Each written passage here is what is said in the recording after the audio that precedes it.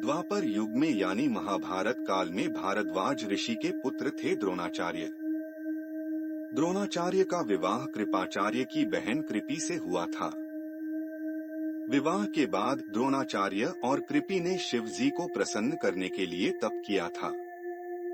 इनकी तपस्या से शिवजी प्रसन्न होकर प्रकट हुए। शिवजी ने इन्हें पुत्र का वरदान दिया था। कुछ समय बाद द्रोणाचार्य के यहाँ एक पुत्र का जन्म हुआ। जन्म के बाद वह बच्चा घोड़े की तरह हिनहिना रहा था। इस वजह से द्रोणाचार्य ने बच्चे का नाम अश्वत्थामा रख दिया।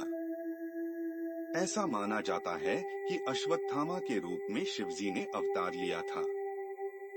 आचार्य अपने पुत्र अश्वत्थामा से बहुत ज्यादा मोह रखते थे। अपने पुत्र को भी कौरव और पांडवों के साथ युद्ध कला की शिक्षा दे रहे थे। मोह की वजह से वे अश्वत्थामा, कौरव, पांडवों के बीच भेदभाव भी करते थे। उनकी कोशिश यही रहती थी कि वे अश्वत्थामा को ज्यादा अच्छा ज्ञान दें। द्रोणाचार्य अन्य विद्यार्थियों की अपेक्षा अश्वत्थामा को सरल पाठ दिया करते थे।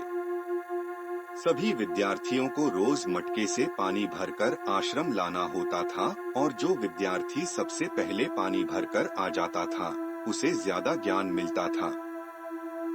द्रोणाचार्य ने सभी के लिए ये नियम बनाया था। उन्होंने अपने पुत्र अश्वत्थामा को छोटा घड़ा दिया था।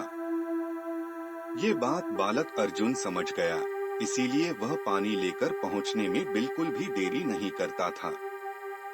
जब द्रोणाचार्य ब्रह्मास्त्र की शिक्षा दे रहे थे, उनके पास अर्जुन और अश्वत्थामा दोनों पहुँचे।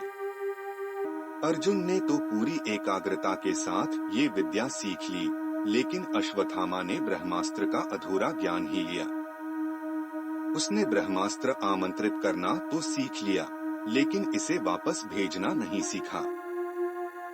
अश्वत्थामा की सोच ये थी कि द्रोणाचार्य तो मेरे पिता हैं, इनसे मैं ये विद्या कभी भी सीख लूंगा।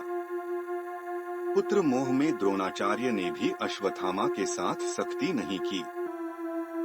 द्रोणाचार्य के पुत्र मोह और अश्वत्थामा की लापरवाही का परिणाम महाभारत युद्ध में देखने को मिला। महाभारत युद्ध अंतिम चरण में था।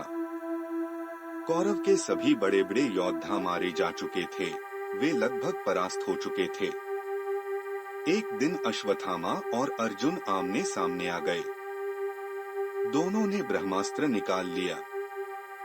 तब श्री कृष्ण के समझाने पर अर्जुन ने तो ब्रह्मास्त्र वापस ले लिया, लेकिन अश्वत्थामा को तो इसे वापस लेना आता ही नहीं था। अश्वत्थामा ने अपना ब्रह्मास्त्र अभिमन्यु की पत्नी उत्तरा के गर्भ की ओर छोड़ दिया। उस समय उत्तरा के गर्भ की रक्षा श्री कृष्ण ने की।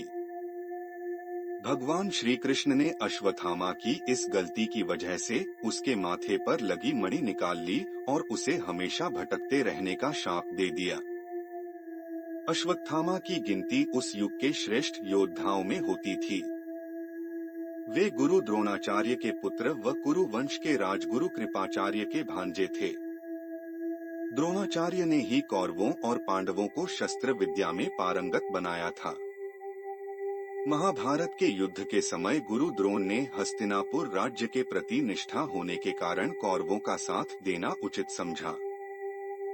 अश्वत्थामा भी अपने पिता की भांति शास्त्र व शस्त्र विद्या में निपुण थे। पिता पुत्र की जोड़ी ने महाभारत के युद्ध के दौरान पांडवों की सेना को छिन्न भिन्न कर दिया था। पांडव सेना को हतोत्साहित देख श्री कृष्ण ने द्रोणाचार्य का वध करने के लिए युधिष्ठिर से कूटनीति का सहारा लेने को कहा। इस योजना के तहत युद्ध भूमि में यह बात फैला दी गई कि अश्वत्थामा मारा गया है। जब द्रोणाचार्य ने धर्मराज युधिष्ठिर से अश्वत्थामा की मृत्यु की सत्यता जाननी चाहिए तो युधिष्ठिर ने जवाब दिया कि अश्वत्थामा हतो नरो वा कुंजरो वा, अश्वत्थामा मारा गया है, लेकिन मुझे पता नहीं कि वह नर था या हाथी। यह सुन गुरु द्रोण पुत्र मोह में शस्त्र त्याग कर किंकर्तव्य विमूढ़ युद्धभूमि में बैठ गए और उसी अवसर का लाभ उठाकर पांचाल नरेश द्रुपद के पुत्र धृष्टद्युम्न ने उनका वध कर दिया। पिता की मृत्यु ने अश्वत्थामा को विचलित कर दिया। महाभारत युद्ध के पश्चात जब अश्वत्थामा ने पिता की मृत्यु का प्रतिशोध लेने के लिए पांडव पुत्रों का वध कर दिया तथा पांडव वंश के समूल नाश के लिए उत्तरा के गर्भ में पल रहे अभिमन्यु पुत्र परीक्षित को मारने के लिए ब्रह्मास्त्र चलाया, तब भगवान श्री कृष्ण ने परीक्षित की रक्षा कर दंड स्वरूप अश्वत्थामा के माथे पर लगी मणि निकालकर उन्हें तेजहीन कर दिया और युगों युगों तक भटकते रहने का शाप दिया था। महाभारत युद्ध समाप्त होने के बाद कौरवों की ओर से सिर्फ 3 योद्धा बचे थे, कृप, कृतवर्मा और अश्वत्थामा। कृप हस्तिनापुर चले आए और कृतवर्मा द्वारिका। शाप से दुखी अश्वत्थामा को व्यास मुनि ने शरण दिया। मध्य प्रदेश, उड़ीसा और उत्तराखंड के वनों में आज भी अश्वत्थामा को देखे जाने की चर्चाएं आती रहती हैं। कहा जाता है कि असीरगढ़ के अलावा मध्य प्रदेश के ही जबलपुर शहर के गौरी घाट, नर्मदा नदी के किनारे भी अश्वत्थामा भटकते रहते हैं। स्थानीय निवासियों के अनुसार कभी कभी वे अपने मस्तक के घाव से बहते खून को रोकने के लिए हल्दी और तेल की मांग भी करते हैं। मध्य प्रदेश के असीरगढ़ के किले में एक प्राचीन शिव मंदिर है।